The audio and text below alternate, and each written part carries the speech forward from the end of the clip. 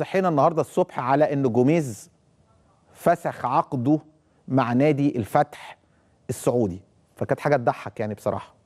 يعني في اكتر من واحد نزلها بما فيهم الكابتن محمد فاروق يعني نجم النادي الاهلي، وابتدى يقول يا ترى هيدرب مين، كانه هيرجع يدرب النادي الاهلي على حساب كولر. وعايز اقول لكم قولا واحدا، كابتن محمود الخطيب والكابتن محمد رمضان رافضين تماما ان كولر يمشي، وان كولر عقده مستمر مع النادي الاهلي بعد تجديده لغايه مش السنه دي، السنه اللي بعديها، يعني فاضل له سنه ونص.